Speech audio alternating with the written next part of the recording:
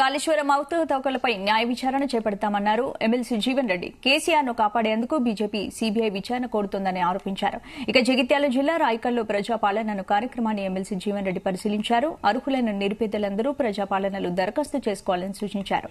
6 గ్యారంటీలతో పాటు ప్రజల సంక్షేమానికి కాంగ్రెస్ కట్టుబడి ఉందన్నారు. అటు ఎమ్మెల్సీ కవిత అరెస్టు విషయంలో కూడా కేంద్ర బీజేపీ నేతలు నాంచివేత ధోరణి అవలంబిస్తున్నారని మండిపడ్డారు. ఈ కాళేశ్వరం ప్రాజెక్టు సంబంధించినటువంటి యొక్క అవకతవకలు ఒకవైపు ఏదైతుందో ఇవాళ కాళేశ్వరం ప్రాజెక్టు బ్యారేజ్ పిల్లలు కుంగిపోయిన సందర్భంగా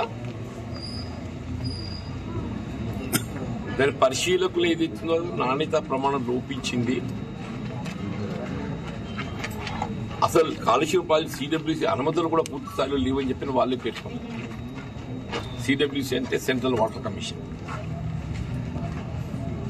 అసలు ఏ అనుమతి లేని ప్రాజెక్టు నిర్మాణం చేపట్టబడుతుంటే ఏ అనుమతులు పూర్తి స్థాయిలో అనుమతులు లేని అటువంటి వాటికి ఫండింగ్ ఏజెన్సీస్ ఏ విధంగా నిధులు సమకూర్చడం జరిగింది. ఈ బ్యాంకులు అప్పెట్లు ఇచ్చినాయి అంటున్నాయి. అనుమతులను పరిశీలించడానికి ఇవ్వాలి కదా. మరి మీ ఆర్థిక శాఖ ఏం చేస్తుంది? ఆర్థిక శాఖ మంత్రి గారు ఏం చేస్తుంది? నిర్మలా సీతారామన్ గారు. ఇవన్నీ కొత్తగా తెలియనికి వచ్చినాయి కాదు. గత 4 సంవత్సరాలకి ఏదైతుందో చర్చలు ఉన్నాయి. బీజేపీ నాయకులు కూడా ఇప్పటికప్పుడు చెప్తూనే ఉన్నారు.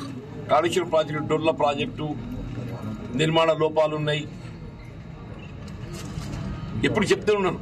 ఈ 4 సంవత్సరాలు ఎప్పుడు కూడా ఏదైతుందో దానిపై తగు విచారణ చేపట్టడానికి ఈ విధంగా చర్యలు చేపట్టలేదు. ఈ కాళేశ్వరం ప్రాజెక్టు సంబంధించినటువంటి యొక్క అవకతవకలు